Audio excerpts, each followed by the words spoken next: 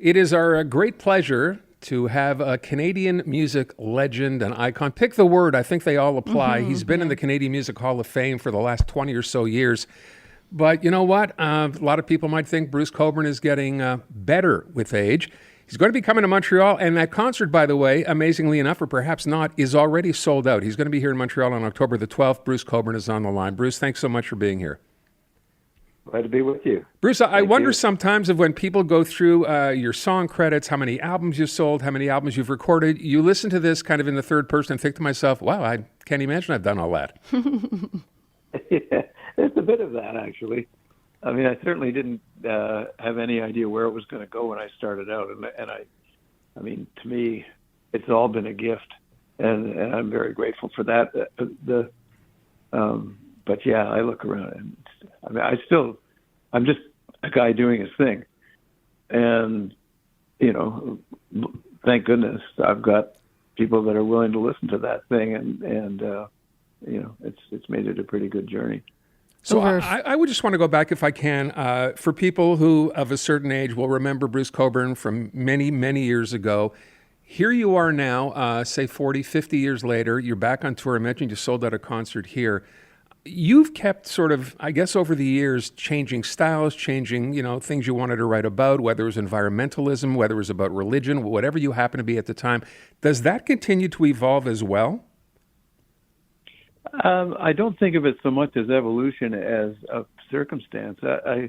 I just really mostly write out of an emotional response to something that I'm confronted by. And, what I'm confronted by is largely a matter of circumstance. I mean, to some extent, at various points, I've exposed myself deliberately to situations or people or whatever that have produced songs, but most of the time I'm just getting through my life like everybody else, and I stuff hits you a certain way, and if that hit produces an emotional response, a song might come out of it. Over 50 years in the industry. I mean, you've seen so much, you've lived so much, as Aaron just touched on, and I find that very compelling. The idea, the things that you want to write about, that you feel compelled to write about, would change. And yet, I would say there are some common themes. For me, it's this sense of what's right or how things should be in the world. What are the common themes that you see come up again and again in your work, Bruce? I think that shows up a lot, as you suggested, but it's really, I think the thing that I spend a lot of time thinking about is how we all relate to each other and to the planet and to the cosmos in general, right? So, I mean, in general, it's kind of a foolish way to put it, but there can't be a bigger generality than that. That sort of creates a spiritual focus for me, which shows up a lot in the songs. But there's the sense that we need to treat each other with respect and compassion and ourselves too, for that matter. And you don't have to look very hard around the world to find things that are offensive to any understanding of morality. But I find as I get older, I'm more interested in the positive side of things, and I suppose in my own spiritual condition, because that horizon that's waiting for all of us is looming larger than it once did. So you kind of start thinking about what's on the other side of it. As I hear you, and it's funny, you use the word interesting, and I wanted to use the word depressing. You sort of watch what's happening in our world today, and it's, I think, difficult sometimes to think that things are going to get better. We hear so many people having so much trouble. You look around the world at some of the things that are happening. And I wonder if that's sort of you as an observer of what's happening in the world, how much more difficult it makes to actually write songs. If you were to succumb to hopelessness, there'd be no point in writing songs at all, for me. I mean, the kind of songs I write.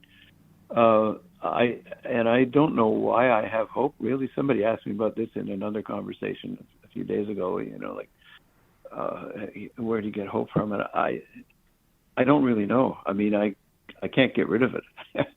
even though I look around the world and I see, we're in a heap of trouble. In almost everywhere you look, there's major threats and tragedies befalling all kinds of people, and yet, well, the cliche is hope springs eternal. Yeah.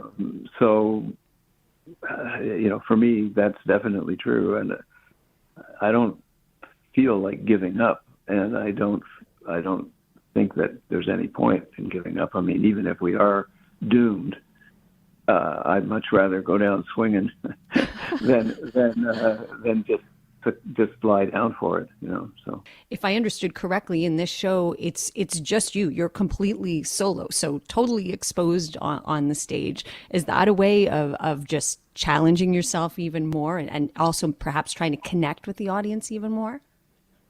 it does have the effect of connecting more closely with the audience than a band show does, and I like that very much about it.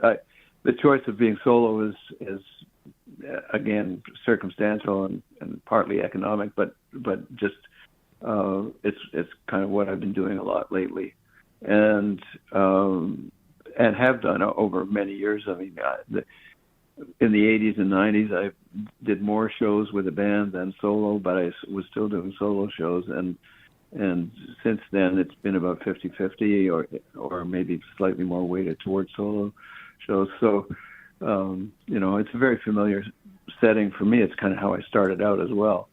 So that part of it is just practical in a way, but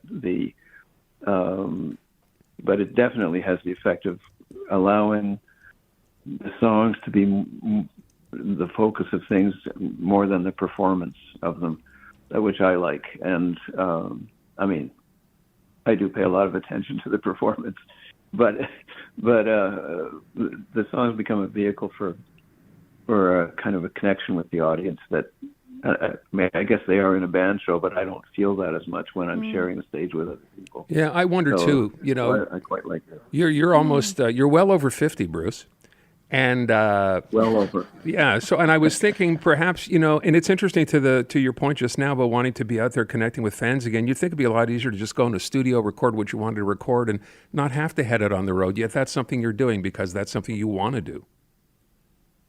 Yeah, it's when for one thing, it's how I make my living, but it's also it's when the songs really come into their own, is when I'm singing them for people, or when somebody's singing them for people, and for me to experience it has to be me. So I wouldn't want to give that up. Okay. I'm thinking back. So when I was a little girl in the 70s, my mom took me to see you in our hometown of Stratford, and it was just you and the guitar. And I'm thinking how for so many Canadians, what a unique role that you play, that you've been there throughout our lives. You're still there, and I'll speak for myself, but your music feels like home. Is the stage home for you? Is that how do you feel that same connection to us?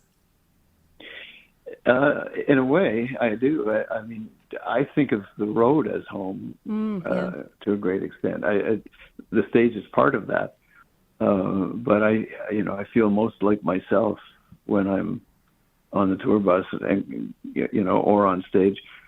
In the beginning, that wasn't true. I mean, the road was always attractive to me, but when I first started out, I was terrified of being up in front of people, and I don't know.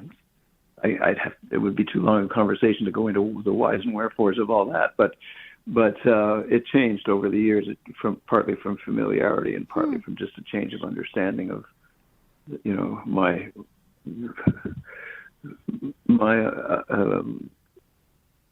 a growth of my understanding about what people are and who we all are and how we relate to each other. And I find that I really love that situation of being able to be in a room with a bunch of people, kind of exchanging energy through the medium of the songs. And it's another one of those great gifts. Well, for the fans lucky enough who'll get to see you on Thursday, October 12th at the Jésus, congratulations to them, because they're going to be in for, I'm sure, an amazing evening. And it's a tribute, obviously, to you. Bruce, that this thing sold out as quickly as it did. So we look forward to welcoming you in Montreal. I should let people know as well, you have a brand new album out called O Sun, O Moon. Yeah, it came out actually back in the spring, but yeah, that's the pretext for this particular tour. So you can check out the album too if you're not going to the show. Bruce, want to thank you so much for taking the time today. Look forward to seeing you in Montreal when you get here. Yeah, thanks very much. I enjoyed talking with you guys. Take good Thank care. you. What a pleasure. All right, all the best.